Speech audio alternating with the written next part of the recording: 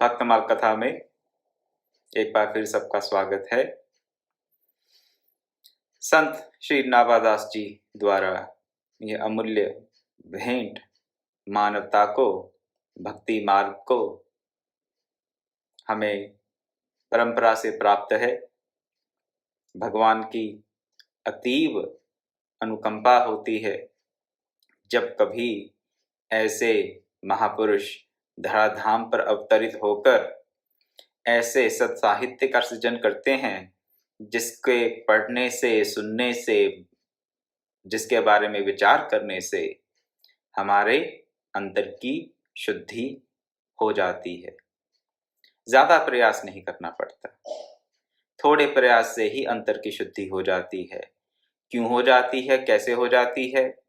ये हमारा प्रयास इसमें कम इसलिए रहता है क्योंकि इसमें संतों का आशीर्वाद निहित है। भक्तमाल हुआ, श्री रामचरितमानस हुए और जितने भी ग्रंथ सिद्ध महापुरुषों द्वारा, तत्वज्ञों द्वारा लिखे गए हैं, ये उनका आशीर्वाद है मानवता के लिए, हम सबके लिए उनका आशीर्वाद है। और इस आशीर्वाद के चलते संत का आशीर्वाद मिले तो भक्ति के मार्ग में, विरक्ति के मार्ग में, तत्वज्ञान के मार्ग में बहुत ही जल्दी गति हो जाती है, बहुत जल्दी व्यक्ति आगे बढ़ता है। तो ये जो भक्तमाल है, ये आशीर्वाद है संत नावादास जी का। और इस भक्तमाल में केवल संत नावादास जी का ही आशीर्वाद नहीं है, और किनका आशीर्वाद छुपा है? उन सब भक्तों का आशीर्वाद है जिनके चरित्रों का संकलन इस भक्तमाल में है। तो इस अत्यंत कृपा प्रसाद का हम लाभ लें, इसके लिए हमें क्या करना है? केवल और केवल इसका हम नियम से श्रवण करें, नियम से श्रवण करें, नियम से इसका चिंतन करें। तो उन भक्तों के सच्चरित्रों से जो हमें अपने जीवन में उतारना चाहिए, शनै शनै धीरे धीरे हम पाएंगे कि वो गुण हमारे जीवन में उतरते जा रहे हैं। कहा भी गया है, या मति सा गति। तो जैसी हमारी मति होगी वैसी हमारी गति होगी। हम कैसी गति चाहते हैं? हम भगवत भक्त होना चाहते हैं, भगवान के चरणों में अनुरक्त होना चाहते हैं। उसके लिए क्या करें? अपनी मति को शुद्ध करें। कैसी मति बनाएं? मति वैसी बनाएं जैसे कि उन महापुरुषों की, उन भगवत भक्तों की थी जो कि भगवत प्राप्त हो गए अपने जीवन काल में, जिन्होंने भगवत प्राप्ति कर ली। ये बात उपनिषदों में भी आई है, महाजना तथा ये न पंथा। तो जब हमें किसी बात का निर्णय करने में कठिनाई हो तो क्या करें? जिस मार्ग से महाजन, महज्जन, सिद्ध, तपस्वी, मुनि, तत्ववेता, दृष्टा, ऋषि गए हैं, उस मार्ग का हम चयन कर लें। अगर अपनी बुद्धि से अपने मार्ग का चयन हम नहीं कर पाते तो जो पूर्व के आचार्यों ने, पूर्व के भक्तों ने जिस मार्ग का चयन किया उसी मार्ग का चयन हम कर लें, तो हम भी उन्हीं के मार्ग पर चलते चलते कल्याण के भाजन अवश्य हो जाएंगे। और यही मंतव्य है, यही प्रयास है इस भक्तमाल कथा का। भक्तमाल कथा उन भगवत भक्तों के चरित्रों का श्रवण, उनका मनन चिंतन क्या करेगा? हमारे जीवन में उनके गुणों का, उन सद्गुणों का निरूपण करेगा धीरे धीरे, जिससे कि हम भक्ति के रास्ते पर आगे बढ़ पाएंगे। इसी के अंतर्गत हम पिछले काफी समय से द्वादश प्रधान भक्तों की कथा का श्रवण कर रहे हैं। तो अभी मनु और शत्रुपा जी का प्रसंग चल रहा है। अब तक हमने क्या श्रवण किया कि मनु और शत्रुपा जी ग्रह का त्याग कर देते हैं, वानप्रस्थ ले लेते हैं, मानवीय सृष्टि करते हैं, मानवीय सृष्टि के उत्सर्ग के लिए, कल्याण के लिए बहुत सुंदर व्यवस्था देते हैं। स्मृति ग्रंथ के रूप में, मनुस्मृति के रूप में ऐसे सिद्धांत देते हैं जिससे कि किसी भी योग्यता का मानव अपने इसी जीवन काल में मानव जीवन की जो उच्चतम गति है, उच्चतम प्राप्ति है, उसको प्राप्त कर सकता है। किसी प्रकार का भेद नहीं, योग्यता कैसी भी हो।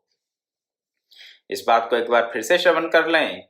ऐसा नहीं कहा गया कि जिसकी योग्यता अधिक होगी वही भगवान को प्राप्त कर सकता है और जिसकी योग्यता कम है वो प्रभु को प्राप्त नहीं कर सकता। ना, ये बात नहीं कही गई। आप अगर जीवन में देखें, समाज में देखें, तो योग्यता के अनुसार हमें सब प्राप्त होता है, योग्यता के अनुसार होना भी चाहिए मानव समाज में।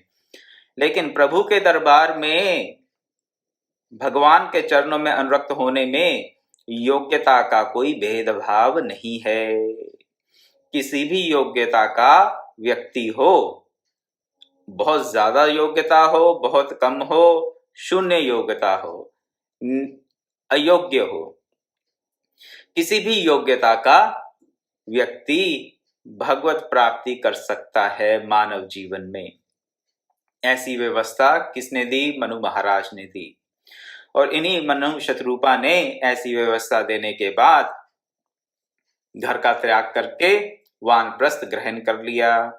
वानप्रस्थ कैसे ग्रहण किया उसकी चर्चा हमने पिछले कुछ दिनों में की। अब वो तप कर रहे हैं, घोर तप कर रहे हैं। कैसे कर रहे हैं और किस भाव से कर रहे हैं, तप के बाद वो क्या प्राप्त करना चाहते हैं, इन बातों पर आज हम थोड़ी सी चर्चा करेंगे।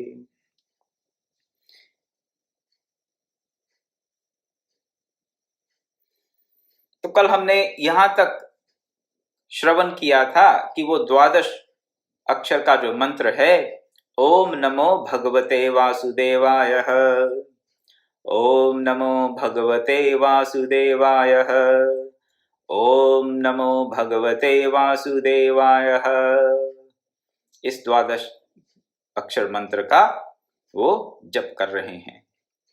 कैसे जप कर रहे हैं? अति अनुराग, अनुराग के साथ तो मंत्र जप करें तो मन में प्रभु के लिए प्रेम का भाव हो, और भाव के साथ जप करेंगे, प्रभु के भाव के नाम का जब हम सुमिरन करें, मंत्र जप करें, भाव के साथ करेंगे तो क्या होगा फिर बताते हैं। वासुदेव पद पंकरुहि दंपति मन अति लाग, प्रभु के चरणों में मन लग जाएगा। करना क्या है? मंत्र जप करें, भगवान का नाम लें। कैसे? प्रीति पूर्वक लें, प्रीति पूर्वक।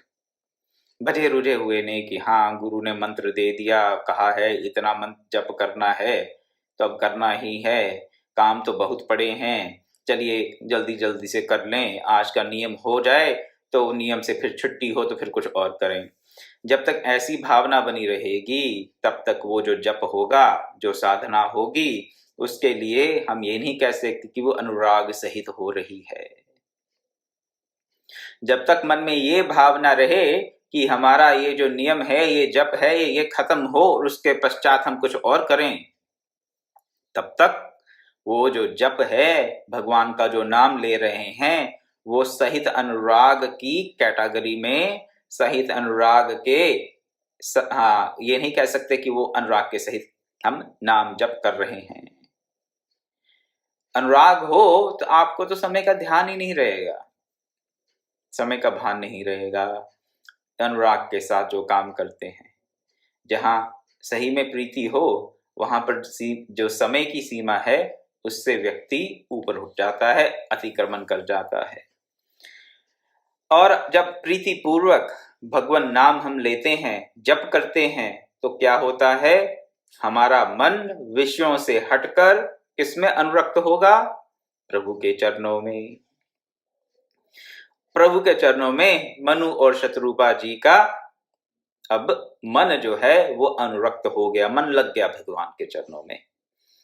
तो मन लगने के बाद उन्होंने क्या किया, फिर कठिन व्रत करते रहे। वो बहुत तप किया उन्होंने। तो पहले तो कंदमूल खाए, फिर जल पर रहे, फिर वायु पर रहे, फिर वायु का भी परित्याग कर दिया। और इतना कठिन तप उन्होंने क्यों किया? तुलसीदास जी लिखते हैं, उर अभिलाष निरंतर होई, देखिए नयन परम प्रभु सोई, अगुण अखंड अनंत नादि, जेहि चिंतहि पर मारथ बादी, नेति नेति जहि भेद निरूपा, निजानंद निरूपाधि अनुपा, शंभु विरंची विष्णु भगवाना, उपजहि जासु अंश ते नाना। किस भगवान का वो यहाँ पर ध्यान कर रहे हैं, क्या चाहते हैं? अंतर में ये अभिलाषा है, उर में उर अभिलाष निरंतर होई, सतत यही अभिलाषा है, यही चाह बनी हुई है। हृदय में क्या चाह है? ये चाह नहीं कि हाँ अब हमें आप पता नहीं कौन से स्वर्ग का या कौन से लोक का वास दे दीजिए मरने के पश्चात। ये भी नहीं कि इस पृथ्वी पर ही हमें आप किसी प्रकार के धन धान्य का, पारिवारिक सुख का हमें प्राप्ति करा दीजिए, ऐसा भी नहीं। नहीं, भक्ति करके अगर ऐसे फल लिए तो फिर तो ठगे गए, बुरे तरीके से ठगे गए, बुरे तरीके से ठगे गए। अगर भगवत भक्ति से हमने केवल इस लोक के या परलोक के सुखों को ही पाने की चेष्टा की, तो उनके हृदय में क्या अभिलाषा है कि हम उस परम प्रभु को आंखों से देखें। प्रभु दर्शन की लालसा, भगवत दर्शन की लालसा।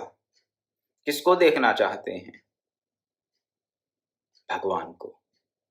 कैसे भगवान को? परम भगवान, परम प्रभु सोई, परम प्रभु का, जो भगवानों के भी भगवान हैं। भगवानों के भी भगवान होते हैं, जी हाँ होते हैं, भगवानों के भी भगवान होते हैं। आगे बताते हैं कि वो परम प्रभु कैसे हैं, भगवानों के भी भगवान कौन हैं और कैसे हैं, ये बताते हैं। लेकिन अभी यहाँ पर उनका थोड़ा सा वर्णन कर रहे हैं। अगुण अखंड अनंत अनादि, जो निर्गुण है, जो अखंड है, विभाजित नहीं है, अनंत है, जिसका कोई अंत नहीं है, अनादि है, जिसका कोई हाँ शुरुआत नहीं है, जिसका कोई आदि नहीं, अनंत है और अनादि है। ना उसके स्टार्टिंग पॉइंट का पता है, ना उसके एंडिंग पॉइंट का पता है। ये नहीं कह सकते कि यहां से लेके वहां तक है। अनादि है, कब शुरू हुआ नहीं पता, कहाँ से शुरू हुआ नहीं पता। ये सारे प्रश्न ही वैसे तो व्यर्थ हैं। कब, कहाँ, कब और कहाँ के जो प्रश्न है कब उत्पन्न होते हैं, कब का प्रश्न तब मन में आता है जब हम समय की सीमा को स्वीकार करते हैं। किसी का जन्म, किसी की मृत्यु कब हुई? समय की सीमा में हुई ना। लेकिन ये जो अनादि अनंत प्रभु हैं, ये क्या समय की सीमा में है? नहीं, ये तो सभी सीमाओं से परे हैं। तो कब की यहां पर दाल नहीं गलती। दाल नहीं गलती का अर्थ यही है कि कब का जो प्रश्न है, ये प्रश्न ही व्यर्थ है, प्रश्न ही गलत है, अनुचित है। अनुचित क्यों है? समय से परे जो है उसके लिए कब का प्रश्न अनुचित ही है। थोड़ा विचार करें तो कहां कहां से क्या अभिप्राय रहता है हमारा कि कौन से स्थान पर। लेकिन ये जो प्रभु हैं, ये किसी आकाश विशेष, स्थान विशेष से बंधे हुए तो है नहीं। जितने स्थान हैं, जितने आकाश हैं, जितने ब्रह्मांड हैं, वो इन प्रभु के भीतर हैं, ना कि ये प्रभु किसी आकाश, किसी ब्रह्मांड, किसी लोक विशेष में हैं। तभी तो अनंत होंगे, तभी तो अनादि होंगे। तो इसलिए ये सोचें कि आदि कब हुए, कहाँ हुए, ये तो हमारी बुद्धि का दिवालियापन है। दिवालियापन ऐसे समझ लीजिए क्योंकि हमें ऐसा अभ्यास है। हम यही सोचते हैं कि भगवान कोई व्यक्ति विशेष हैं। ऐसा हम कहते नहीं हैं, लेकिन हमारी धारणा में ऐसी बात आ जाती है, चाहते हुए नहीं, बिना चाहे आ जाती है। चाहते नहीं कि ऐसी धारणा बने, लेकिन आ जाती है। तो कब और कहां के प्रश्नों से ये प्रभु, ये परम प्रभु तो ये एकदम परे हैं, अनादि हैं, अनंत हैं, अगुण हैं। निर्गुण बताया उनको, अगुण अर्थात निर्गुण, अखंड, विभाजित नहीं है। इंग्लिश में इसे कह देते हैं नॉन कॉम्पोनेंट, नॉन कॉम्पोनेंट, अखंड। ये ऐसा नहीं कह सकते कि हाँ भगवान ऐसे हैं तो ये इसमें इनमें ऐसे ऐसे धातुओं का, ऐसे ऐसे तत्वों का सम्मिश्रण होकर मिलकर भगवान बन गए। नहीं, उनमें किसी भी प्रकार का हाँ असम नहीं है, समत्व है एकदम से उनमें। उनमें किसी भी प्रकार के अलग अलग धातु विशेष, तत्व विशेष मिलकर उनका निर्माण नहीं हुआ। इसलिए कहा गया वो क्या है, अखंड। विभाजित है नहीं, विभाजित किए नहीं जा सकते। क्यों नहीं विभाजित किए जा सकते, क्यों नहीं विभाजित हैं? क्योंकि वो एक रस हैं। एक रस, जो एक रस है उसमें किसी प्रकार का विभाजन संभव नहीं है। इसके लिए एक और विशेषण का भी प्रयोग किया जाता है, निरवयव। निरवयव, नॉन कॉम्पोनेंट या अखंड या निरवयव। निरवयव का अर्थ क्या रहता है, जिसका कोई अवयव ना हो, जो किसी अन्य धातुओं के, अन्य तत्वों के सम्मिश्रण से नहीं बना। ये नहीं कि उसको अगर देखें तो कहीं इसमें ये मिला है और बना है। अखंड है, अनादि है, अगुण है, निर्गुण है, और साथ ही साथ इन सब का अभिप्राय ये है कि वो देश काल परिस्थिति की सीमाओं से परे हैं। ना वो किसी देश विशेष से बंधे हैं, ना काल विशेष से बंधे हैं, और ना ही किसी परिस्थिति से बंधे हैं। नहीं, इन सब से परे जो भगवान हैं, जिनका की परमार्थवादी कौन, ब्रह्मज्ञानी तत्ववेता लोग जिनका चिंतन किया करते हैं, उनको मनु और शत्रुपा अपनी आंखों से देखना चाहते हैं। मनु और शत्रुपा अपनी आंखों से देखना चाहते हैं। अरे ये तो बड़ी थोड़ा असामंजस्य हो गया, यहाँ पर पैराडॉक्सिकल सिचुएशन हो गई। क्या पैराडॉक्स हो गया, क्या असामंजस्य हो गया यहाँ पर? बात जो किसी देश में नहीं, किसी काल में नहीं, जिसका कोई गुण नहीं, उसको वो देखना चाहते हैं। अभी दृश्य तो वही वस्तु होगी जो किसी स्थान विशेष पे होगी, किसी काल विशेष में होगी। अगर मेरे दृष्टि में कोई वस्तु या व्यक्ति आते हैं, तो उन वस्तु या व्यक्ति को मेरी दृष्टि में आने के लिए मेरे सामने उपस्थित होना पड़ेगा, दृश्य जगत में अब उपस्थित होना पड़ेगा। दृश्य जगत में हो, स्वप्नावस्था में भी हो तो भी, स्वप्नावस्था में भी तो उनको उपस्थित होना पड़ेगा। उपस्थित होंगे तो इसका मतलब अर्थ यही होगा कि अभी उपस्थित हुए तो पहले उपस्थित नहीं थे, और कुछ समय के पश्चात भी अनुपस्थित हो जाएंगे। और हम ये कह रहे हैं यहाँ तो प्रभु क्या है, अखंड हैं, अनादि हैं, अनंत हैं।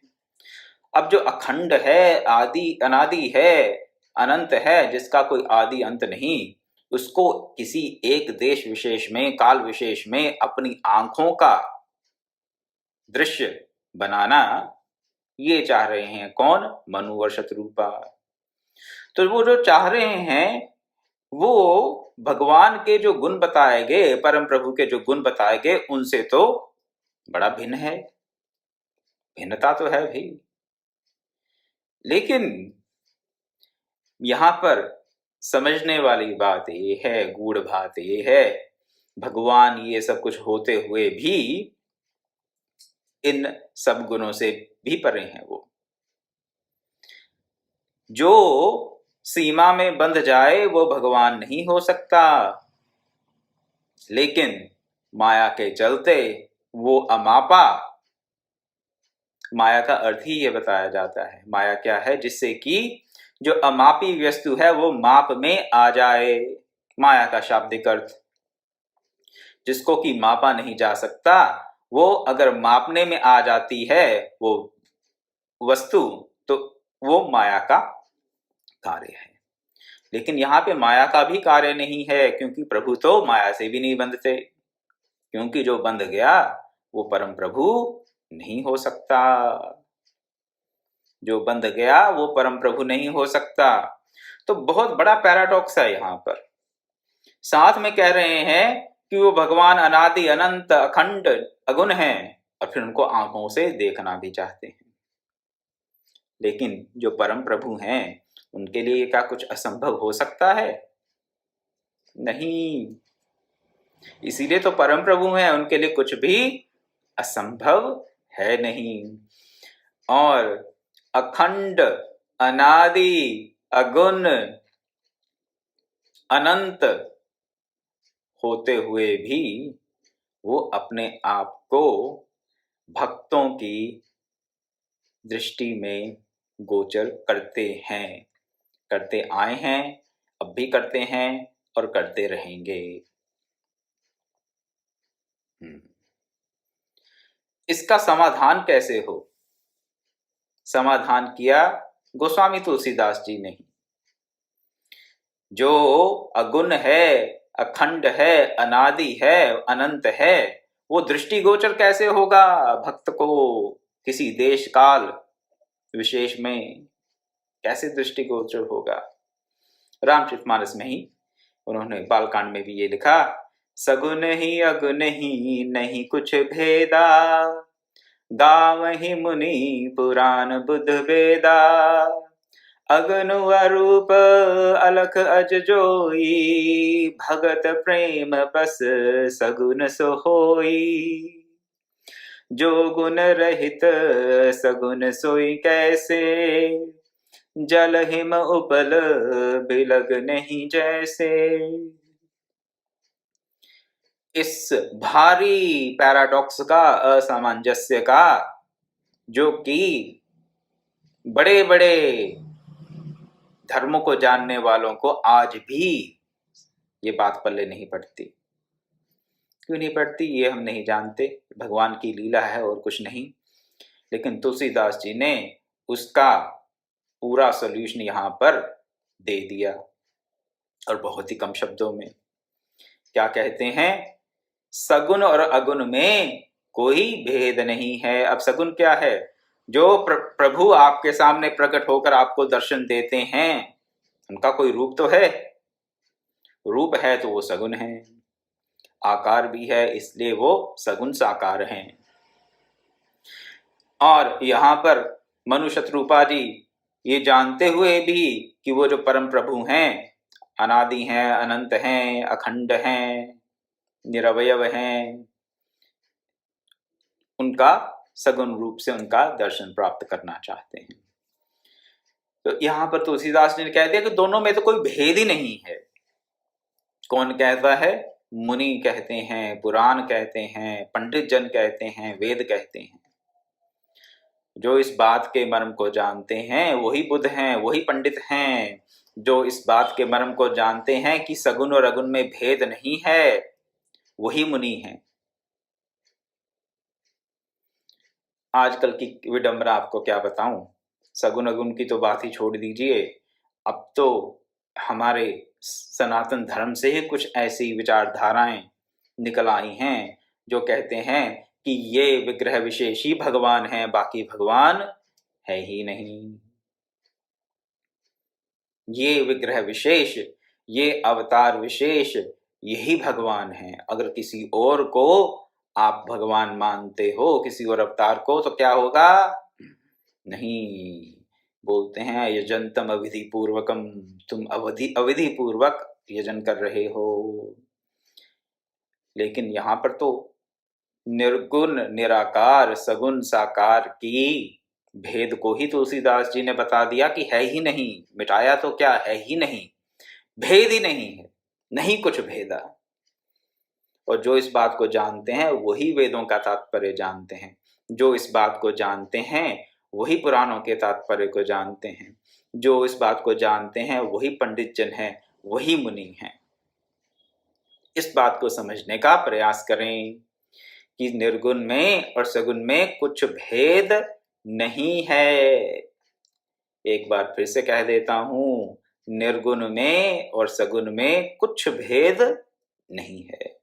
और जब तक भेद दिखाई दे रहा है तब तक क्या करना चाहिए, और साधना और तप करना चाहिए, ताकि ये जो भेद है वो समाप्त हो जाए।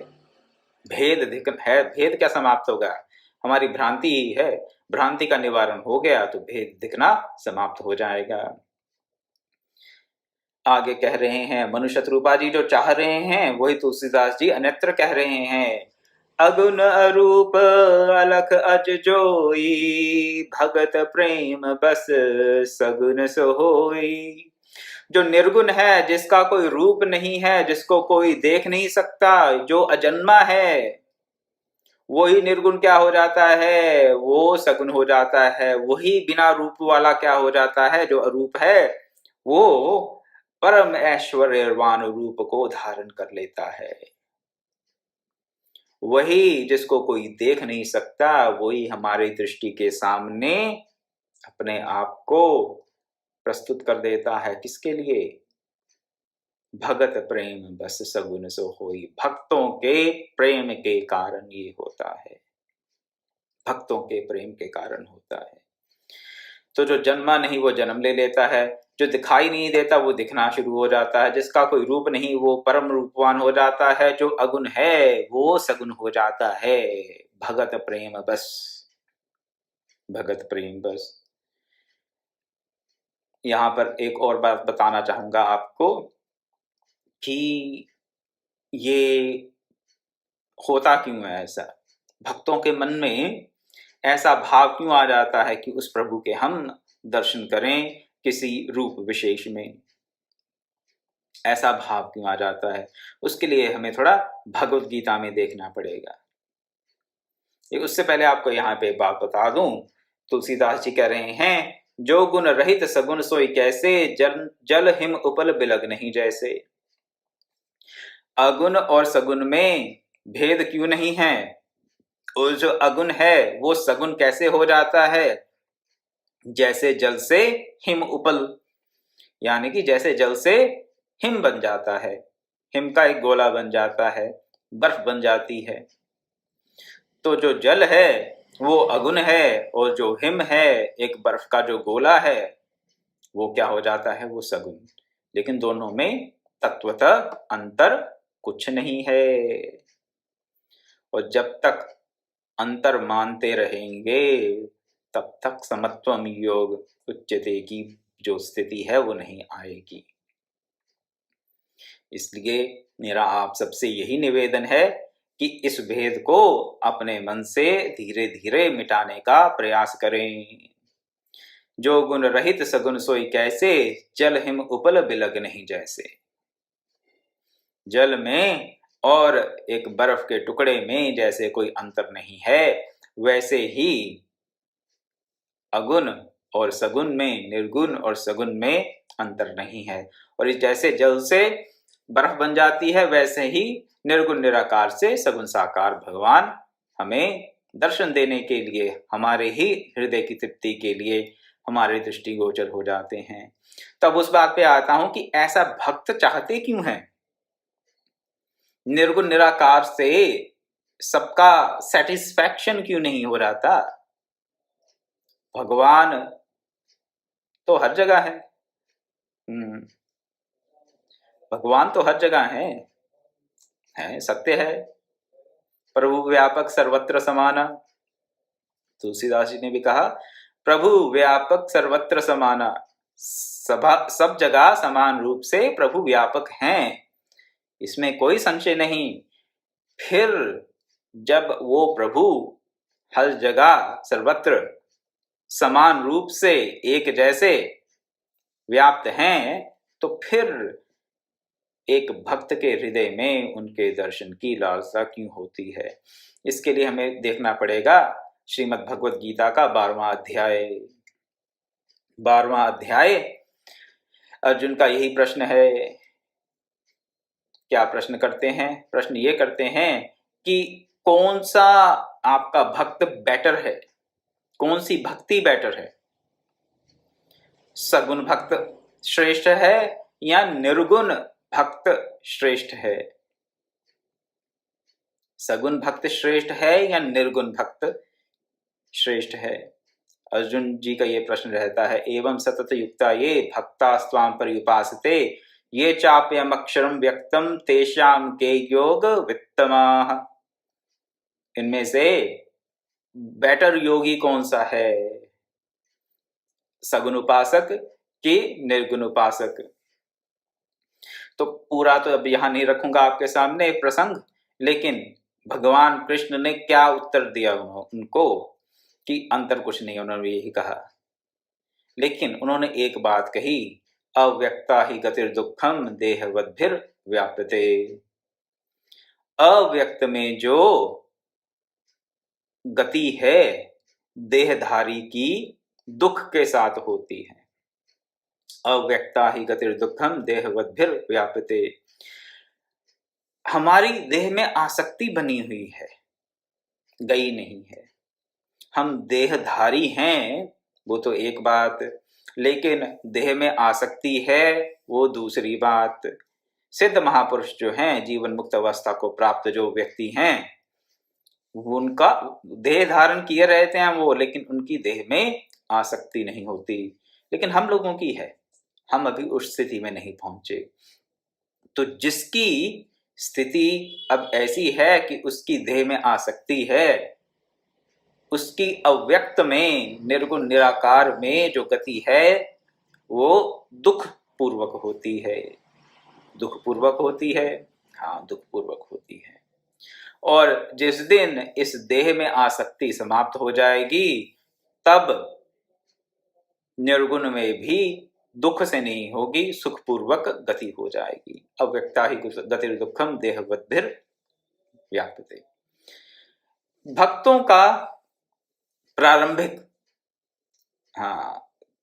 जो समय रहता है उसमें क्या रहता है, देह में आसक्ति रहती है। देह में आसक्ति होने के कारण क्या होता है, हम प्रभु को भी सगुण साकार रूप में ही देखना चाहते हैं। ये तो है साधन भक्ति की बात। तो इसका क्या अर्थ हुआ, जब सिद्ध हो गए तो सभी का निर्गुण निराकार की उपासना करने लगते हैं? नहीं, ऐसी बात नहीं है। उनके लिए तो फिर निर्गुण और सगुण में भेद ही नहीं है। लेकिन फिर भी हम देखते हैं, भेद तो नहीं देखते हैं, क्या देखते हैं कि सिद्धावस्था में प्राप्त को जो प्राप्त हैं, जो लोग, जो भक्त सिद्धावस्था को प्राप्त कर लेते हैं, भक्ति की सिद्धावस्था को प्राप्त कर लेते हैं, वो सगुण साकार में ही अपना मन लगाते हैं। बहुत से ऐसे भक्त रहते हैं। इसीलिए श्रीमद् भागवत में भी जब भगवान कपिल अपनी माता देवहूति को भक्ति का निरूपण कर रहे थे, भक्ति का स्वरूप समझा रहे थे, तो उन्होंने यही कहा कि भक्त, माता देवहूति का ये प्रश्न रहता है कि भक्त कौन है और भक्त की स्थिति क्या, कैसी होनी चाहिए एक परम भक्त की।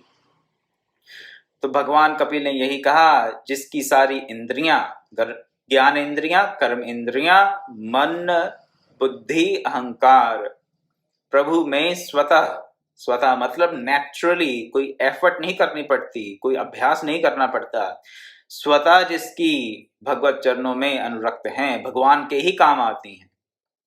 क्या क्या काम आती हैं? पांचों ज्ञान इंद्रियां, पांचों कर्म इंद्रियां, इस व्यक्ति का मन, परम भक्त का मन, बुद्धि, अहम, सब कुछ प्रभु के समर्पित है।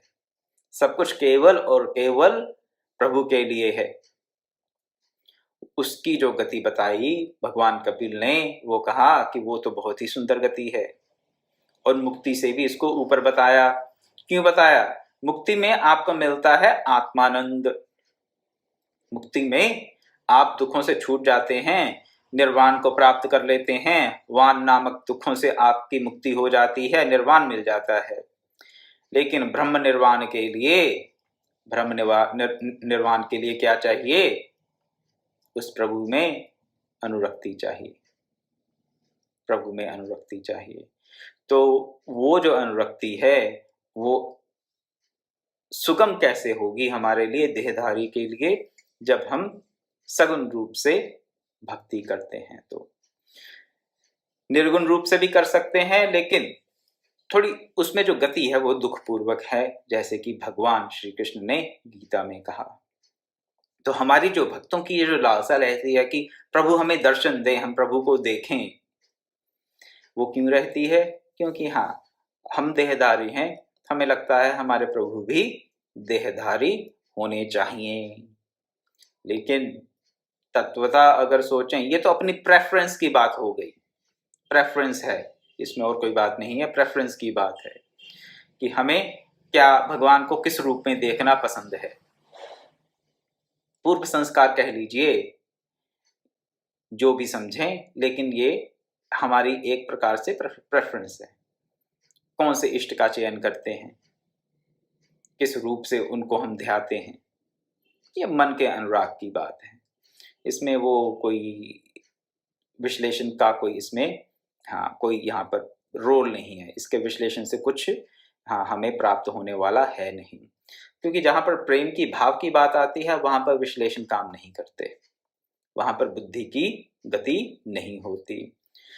तो किस रूप से हम प्रभु को ध्याते हैं, ये तो पूर्व संस्कारों से और जो हमारी पहले की साधना है उस पर निर्भर करता है। लेकिन देह आसक्त के लिए जो गति है निर्गुण में, वो दुखपूर्वक होती है।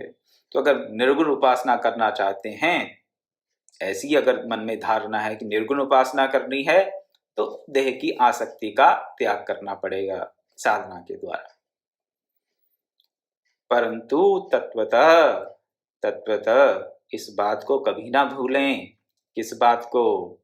कि निर्गुण और सगुण में भेद नहीं है। जो गुण रहित सगुण सोई कैसे, जल हिम उपल बिलग नहीं जैसे। इस बात को सदैव याद रखें।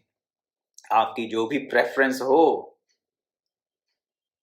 आप जिस प्रकार भी प्रभु को ध्याते हों, वो आपका पर्सनल मैटर है, उसमें कोई वो नहीं है, सही गलत की तात्विक विश्लेषण का उसमें कोई दखल नहीं है वहां पर, क्योंकि वो तो प्रेम की बात है, अनुरक्ति की बात है।